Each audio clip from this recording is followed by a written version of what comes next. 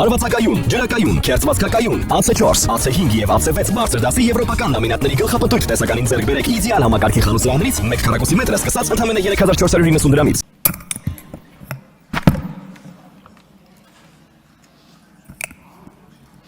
Սիրելի հայրենակիցներ, հարգելի գործընկերներ, նախ եւ առաջ ուզում եմ տարակուսանքս հայտնել Ուժեղ Հայաստան խմբակցության կողմից հանձնաժողովի նախագահի պաշտոնում պարոն Դավիթ Ղազինյանի թեկնածությունը մերժելու համար, անկասկած այդ հանձնաժողովում պարոն Ղազինյանը կարող էր ապահովել պրոֆեսիոնալ եւ արդյունավետ աշխատանքային միջավայր։ Մենք մեր քաղաքական մոտեցումների միասին ենք եւ ցանկացած խնդիր պատրաստ ենք տալ համակարգային լուծում, համատեղ աշխատելով բոլոր նախաձեռնությունների շուրջ։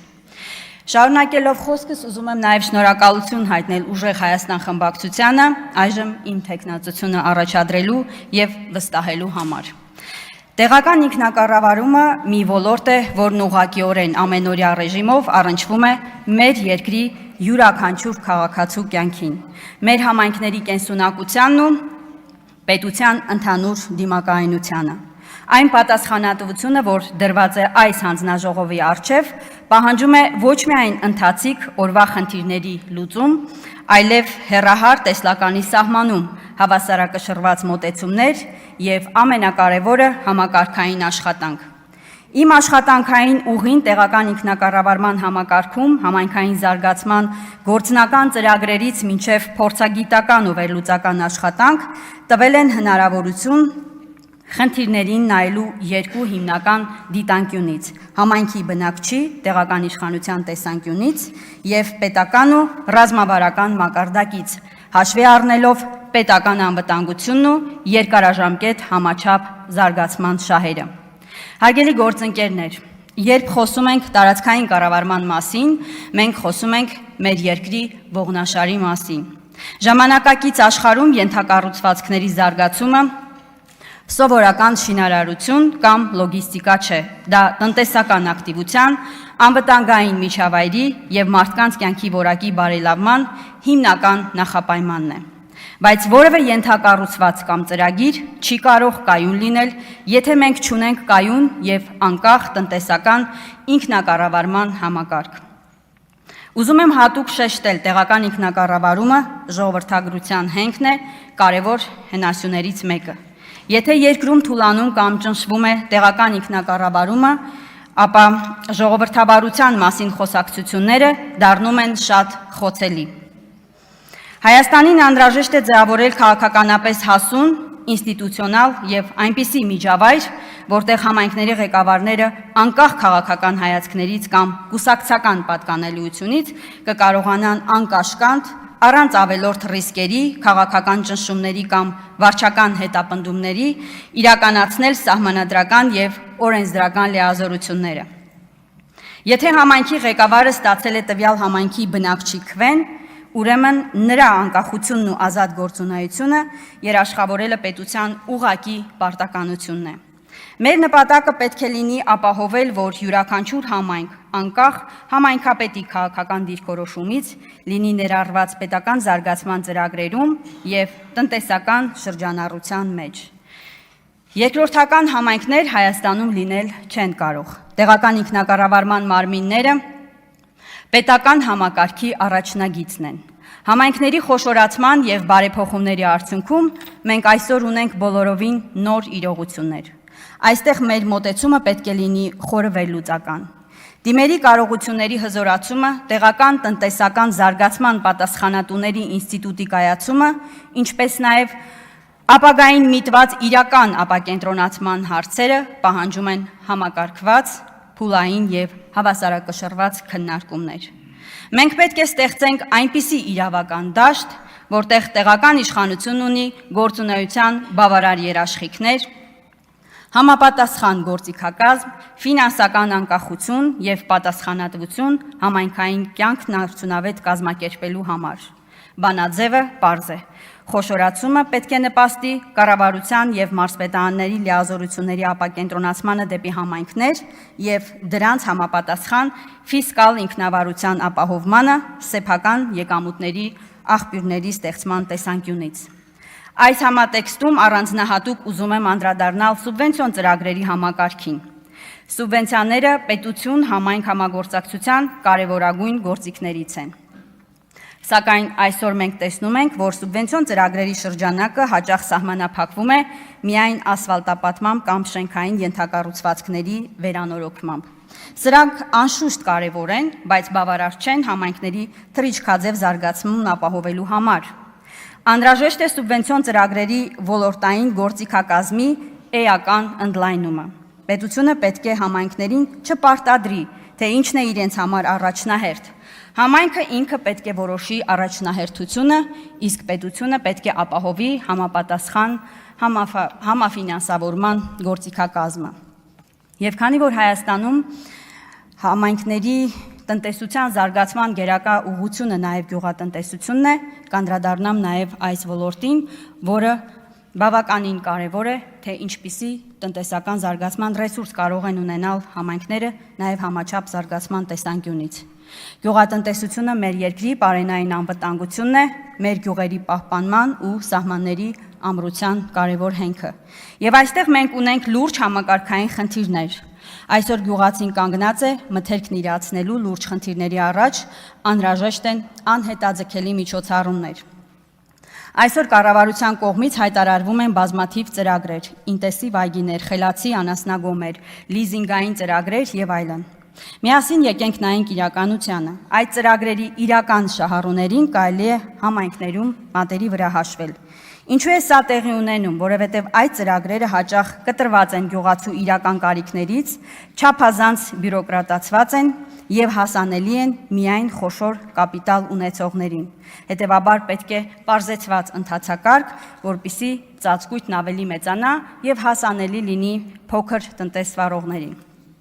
Պետությունը պետք է կանգնի գյուղացու կողքին ամբողջական շղթայի երկայնքով։ Մենք պետք է ստեղծենք ամբողջական միջավայր, որը ներառում է տեխնիկական հնարավորություններ եւ արդիականացում, գյուղատնտեսական տեխնիկայի հասանելիություն յուրաքանչյուր բնակավայրում։ Ջրային ռեսուրսների հասանելիության խնդիրները Հայաստանի նման երկրում անընդունելի են։ Ոռոգման ջրի անխափան աշխատանքը եւ մատակարարումը պետք է լինի առաջնահերթություններից մեկը համայնքների տնտեսական զարգացման տեսանկյունից։ Գյուղացիությամբ զբաղվող եւ մեր հայրենակիցների համար շատ կարեւոր է նաեւ ֆինանսական կայունությունը, կանխատեսելիությունը, վերոնշյալին հասնելը գրեթե անհնար է առանց ապահովագրական իրական արդյունավետ համակարգի։ Մեր հայրենակիցները չպետք է ամեն տարի դողան կարկուտի, ցրտահարությունից կամ երաշտից իմանալով, որ մենակ են մնալու խնդիրների առաջ։ Շղթայական համակարգի կարևորագույն օղակներից է իրացման շուկաների ապահովումը։ Գյուղացին չպետք է չարչարվի, բերքն աճեցնի, հետո չիմանա ում եւ ինչ գնով վաճառի։ Պետական քաղաքականությունը պետք է երաշխավորի իրացման կայուն շղթաներ, մթերումների արդար գնագոյացում եւ արտահանման նոր շուկաների բացում։ Հարգելի հայրենակիցներ, աշխարհում տեղի ունեցող փոփոխություններից բնականաբար անմասն չի մնում նաեւ Հայաստանը։ Այդ փոփոխությունները ուղղակիորեն առնչվում են մեր բնակչության առողջությանը, անգամ տնտեսվարողների բնականոն գործունեությանը եւ ապագա սերունդների կենսագործունեությանը։ Պետության դերն այստեղ առավել ռիսկային փոփոխությունների վերհանումը եւ համապատասխան ոլորտներում կարգավորումների սահմանումն է։ Սակայն մյուս կողմից այդ կարգավորումները պետք է լինեն խիստ թիրախային եւ արդյունավետ, բացելով Հայաստանի քաղաքացիների վրա անտեղի եւ ավելորդ ֆինանսական բեռի ավելացումը, բացառելով։ Միաժամանակ պետք է հաշվի առնել, որ վերպետական եւ միջպետական գործիքակազմի ճիշտ կիրառման դեպքում Հայաստանը հնարավորություն ունի նաեւ ստեղծված իրավիճակը ի օգուտ մեր շրջակա միջավայրի օգտագործել միջազգային կորպորացիաներից ներդրումներ ներգրավելով բնապահպանական ծրագրեր եւ ավելացված արժեքի ստեղծման համար։ Մենք պետք է որդեգրենք բնական ռեսուրսների արդյունավետ եւ պատասխանատու կառավարման քաղաքականություն։ Այսօր ամբողջ աշխարհը ռեսուրսների մրցավազքի մեջ է։ Պղնձի գները հասել են պատմական մաքսիմումի եւ ամեն տարի շարունակում են աճել։ Նման պայմաններում պարզ չէ, թե որն է Հայաստանի ընդհանուր ռազմավարությունը այս վիճակում առավելագույն եւ երկարաժամկետ օգուտներ ստանալու նպատակով։ Օգուտներ, որոնք մեծամասամբ կմնան երկրի ներսում Հայաստանի համայնքներին եւ քաղաքացիներին։ Ընդ որում շեշտադրեմ, որ 2023 թվականին կառավարությունը հաստատեց հանքարդյունաբերության ոլորտի ռազմավարությունը, որը սակայն մինչ օրս մնացել է թղթի վրա։ Առավելագույն օգուտներ ստանալու առաջնային անհրաժեշտ օղակը պետք է լինի պղնձաձուլարանի կառուցումը, որի դեպքում երկրի ընդերքից ստացված խտանյութը կվերամշակվի Հայաստանում, առավել մեծ օգուտ բերելով եւ թողնելով երկրի ներսում։ Ավելին, սա կլիներ համակարգաստեղծ օղակ այլ ոլորտների համար եւս հումք ապահովելով արդյունաբերական նոր ճյուղերի եւ նոր ապրանքների ստեղծման համար։ Շատ կարևորում եմ նաեւ գործող տարբեր ընկերությունների սոցիալական պատասխանատվությունը համայնքների առաջ, որոնք պիտի լինեն համակարգված եւ առավել թափանցիկ։ Միանշանակ կարևոր ուղղություններից պետք է լինի կանաչ տնտեսության եւ արևային էներգետիկայի զարգացումը համայնքներում։ Հայաստանն ունի արևային էներգիայի հսկայական պոտենցիալ։ Մենք պետք է խրախուսենք, որ մեր համայնքները, համայնքային ենթակառուցվածքները, դպրոցներ, մանկապարտեզներ, փողոցային լուսավորություն, ջրամատակարարում անցնեն արևային եւ էներգախնայող համակարգերի։ Սա ոչ միայն կնվազեցնի համայնքային բյուջեների ծախսերը, այլև կբարձրացնի մեր համայնքների էներգետիկ անկախությունն ու դիմակայունությունը։ Հանձնաժողովի աշխատանքը պետք է միտված լինի արժեք ստեղծելուն։ Տեղական ինքնակառավարման մարմինների հետ տեղերում արկա իրական խնդիրներն ու կարիքները բացահայտելու եւ դրանք անհրաժեշտության դեպքում օրենսդրական մակարդակ բարձրացնելու համար։ Առանցքային եմ համարում նաեւ քաղաքացիական հասարակության եւ փորձագիտական համայնքի հետ համակարգված փոխգործակցությունը, օրենսդրական նախագծերը պրոֆեսիոնալ փորձաքննության ենթարկելու նպատակով։ Մեծ ուշադրության է արժանի նաեւ արտասահմանյան գործընկերների հետ սերտ համագործակցությունը, միջազգային լավագույն փորձն ու ժամանակակից լուծումները դիտարկելու, ներդնելու համար։ Ամփոփելով խոսքս, ցանկանում եմ ընդգծել, որ մեր առջև դրված խնդիրները բազմաշերտ են, բարդ, բայց միանգամայն լուծելի, եթե առաջնորդվենք պետական շահով, պրոֆեսիոնալիզմով, ազնվությամբ եւ հետևողականությամբ։ Կրկնում եմ, մենք չունենք երկրորդական համայնքներ, չունենք երկրորդական քաղաքացիներ եւ չունենք երկրորդական խնդիրներ։ Հայաստանի Հանրապետության յուրաքանչյուր անկյուն, հեռավոր սահմանամերձ գյուղից մինչև խոշոր համայնք արժանի է արժանապատիվ, անվտանգ, կանաչ եւ զարգացող միջավայրի։